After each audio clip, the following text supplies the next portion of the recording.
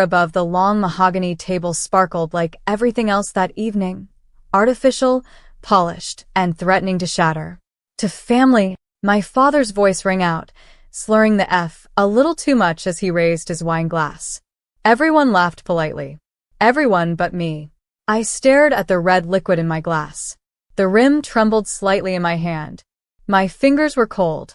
Before we begin, drop a comment and tell us where are you from and from which city you're watching our videos? And after watching the whole video, don't forget to tell us what would you do in this situation? Be honest, tell me in the comments below. We read every comment. Let's begin. This was supposed to be a celebration, my younger sister Brielle's engagement to some rich tech guy named Colin, whom no one in our family knew 3 months ago. Yet somehow, every seat at the dinner table had been carefully arranged to show who mattered and who didn't. And me? I was the mistake seat.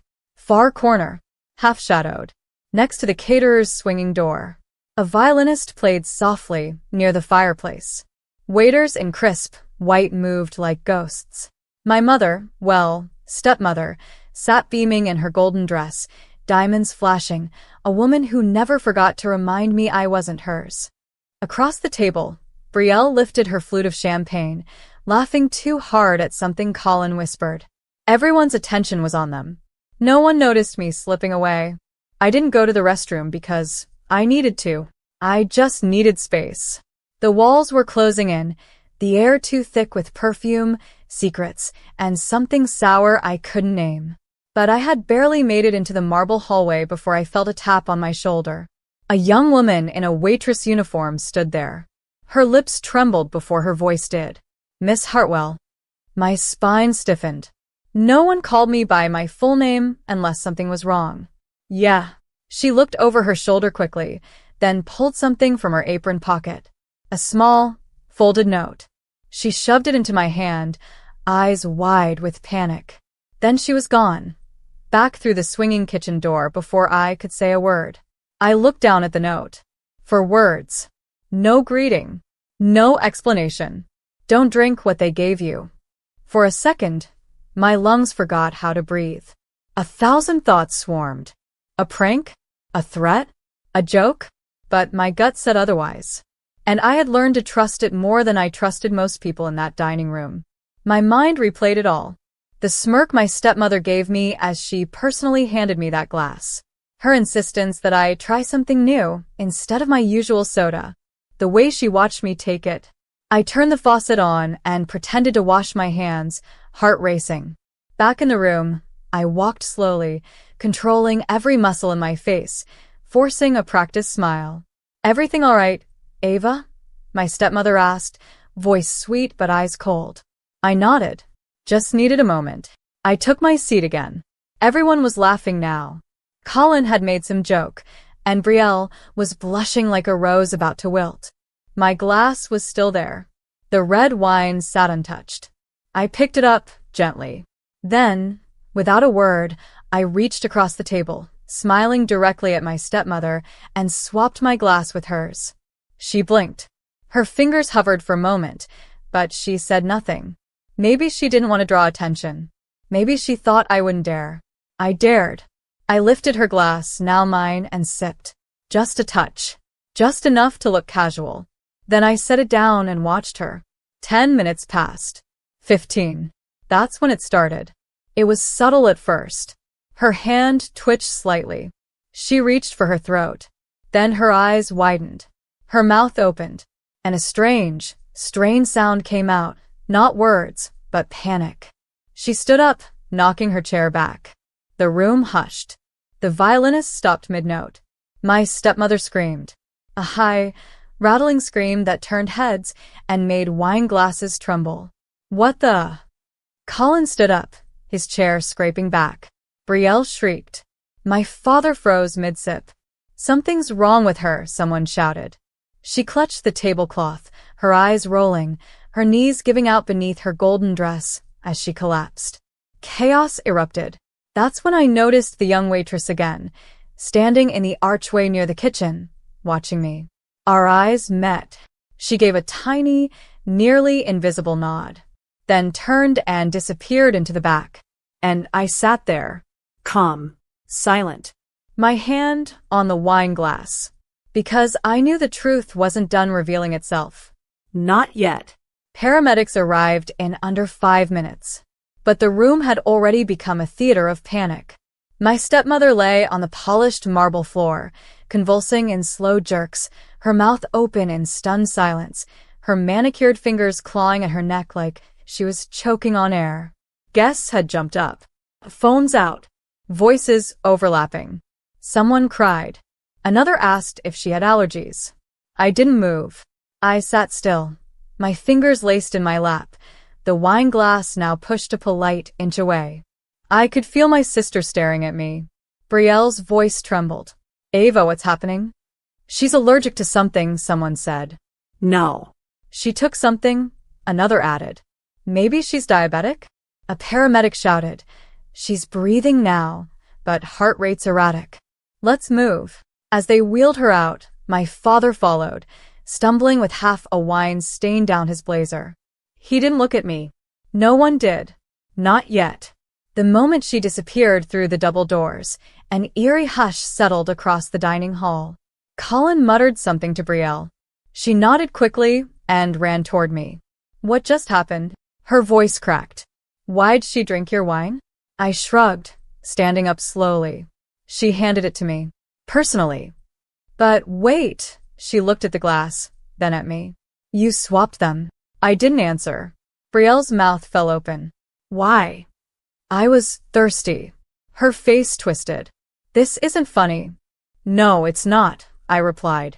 It's never been. Before she could say anything else, a voice rang from the side door. Deep, firm, and familiar. Ava Hartwell? Everyone turned. A tall man in a gray suit stepped inside. Next to him was the same waitress from earlier, now with her apron folded and clutched to her chest. I'm Detective Jordan Klein, he said, flashing a badge. And I think we should talk. The whole room held its breath. I gave the faintest nod. Sure. As we stepped into the hallway, he kept his tone low. You were given a drink. Yes. You swapped it. I did. And this woman here, he motioned to the waitress, saw something. She said she overheard a conversation in the staff kitchen. The waitress's voice was shaky but clear. The woman in the gold dress, your stepmother, told one of the caterers she wanted a private addition to the drink for the older daughter. She said it was just to help her sleep, but I overheard the dose. Klein looked at me. You've been drugged before? I paused. Yes. Years ago, but it was dismissed. Labeled anxiety. No tests were ever done. The detective nodded grimly. You realize what you just did may have saved your life. I stared at the hallway lights. Or someone else's. He studied me. She's in the ambulance. We'll get toxicology done. If it's what the witness says, your stepmother's in serious legal trouble. She always has been, I said softly. Just no one ever caught her before. He blinked at me. You seem calm. I've been waiting for this for years. We walked back inside. Most of the guests had left or were gathering their things awkwardly, whispering like a scandal had just unfolded on live TV. Brielle met me at the door, red-eyed. She's alive. But they're saying she might have drugged you? Are they serious? She'll be fine, I said. That's the tragedy. Ava, why didn't you tell me she hated you that much? I looked at my sister. Really looked at her. She had never noticed. Never cared to. She told me once, I said, that raising someone else's kid was like wearing someone else's scars. She said I was a burden before I learned to walk. Brielle looked like someone had slapped her. I didn't know.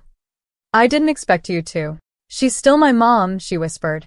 And I'm still your sister. We stood in silence. Then Colin walked up, his phone in hand. Ava, can I talk to you? Brielle frowned. What for? He ignored her. Alone. I glanced at my sister. It's okay. We walked to the far corner of the room where no one could hear. His voice was tight. That wine, it was yours. Wasn't it? I nodded. Technically. And you swapped it. You knew. Yes.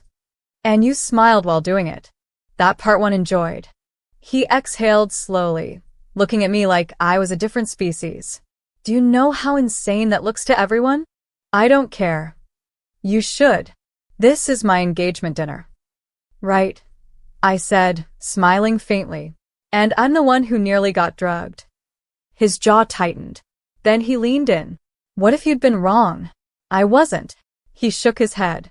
Whatever personal war you're fighting, keep it away from us. I leaned in too. You're going to marry into a family where secrets rot under chandeliers and poison sits in wine glasses. You might want to ask your fiancée what she knew. He blinked.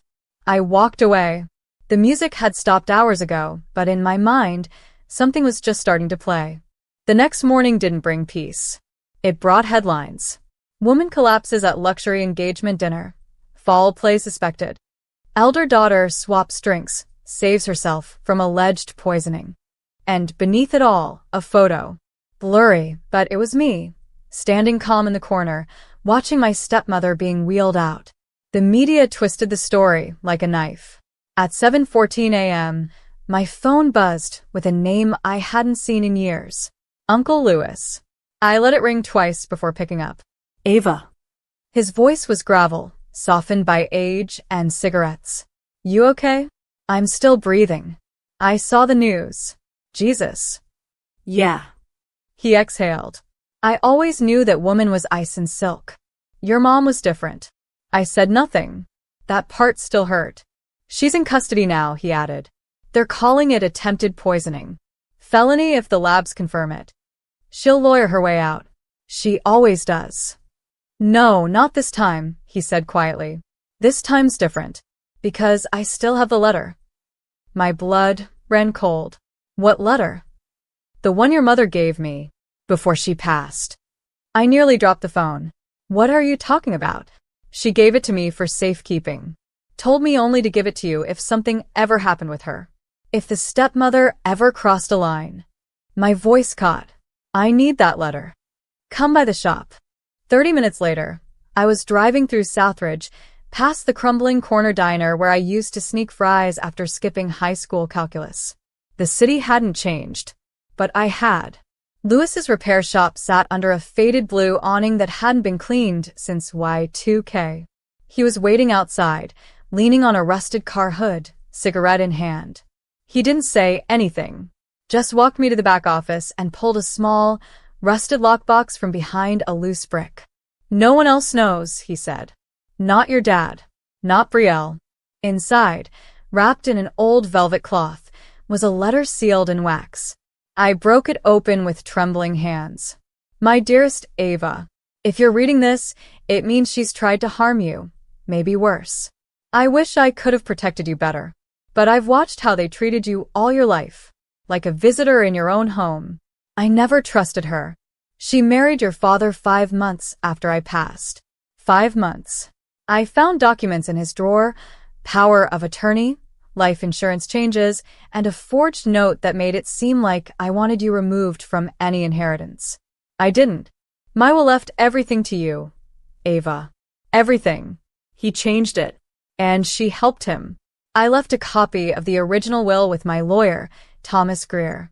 He moved to Chicago. But I promise you, if you're reading this, it's time to make things right. Don't let them rewrite your story. Love, Mom. I couldn't breathe. They forged her will? I whispered. Louis nodded. Your stepmother wanted it all. The house, the money, your dad.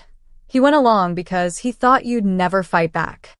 I sat down hard, the letter trembling in my hands. How long have you known? I suspected. But I didn't want to push you. You were already holding too much pain. I looked up. I'm done being quiet. He nodded. Then go find Greer. By noon, I was on a call with Thomas Greer's law firm in Chicago. He still practiced, still remembered my mother. I never knew what happened to you, he said, stunned.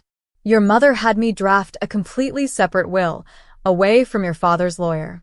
But then, I never heard from anyone again. Can you send me a copy? I'll overnight it. And I'll prepare a statement. This could overturn the estate's current ownership.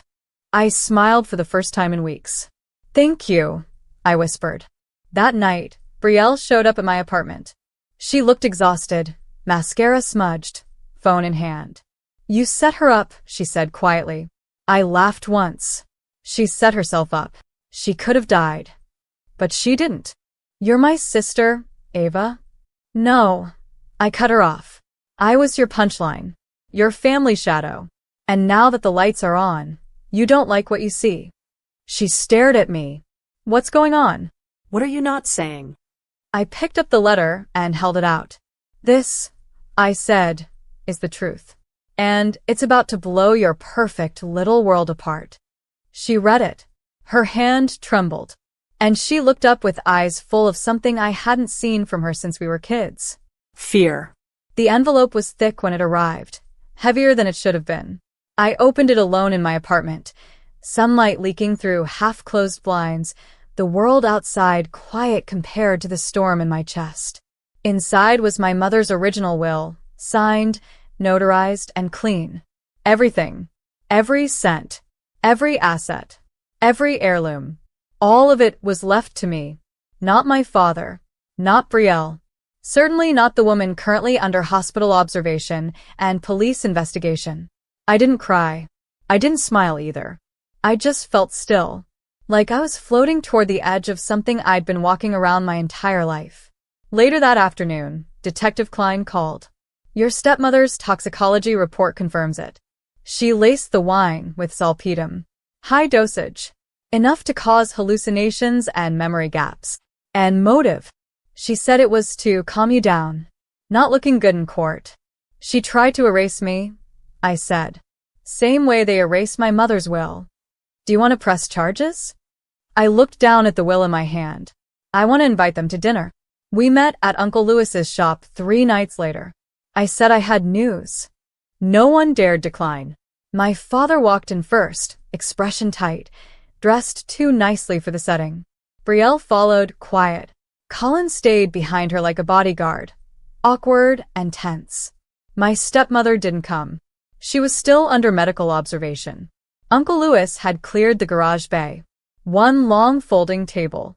Chairs. Nothing else but old oil stains and truth. When they sat, I placed the original will on the table. My father's face changed the second he saw the seal. Where'd you get that? He asked sharply. Mom gave it to Uncle Lewis before she died. I replied. She never mentioned that, he said quickly, already sweating. Of course not. You were too busy changing everything the moment she passed. Brielle stared at the pages, her hands shaking. I don't understand. I looked right at her. It says everything went to me. Not Dad. Not you. Not her. My father's voice hardened. This doesn't prove anything. Greer's statement does, I said, pulling out the notarized affidavit from the Chicago lawyer. He stood up. You're ruining this family. No, I interrupted. You did that the day you let her poison me. Silence.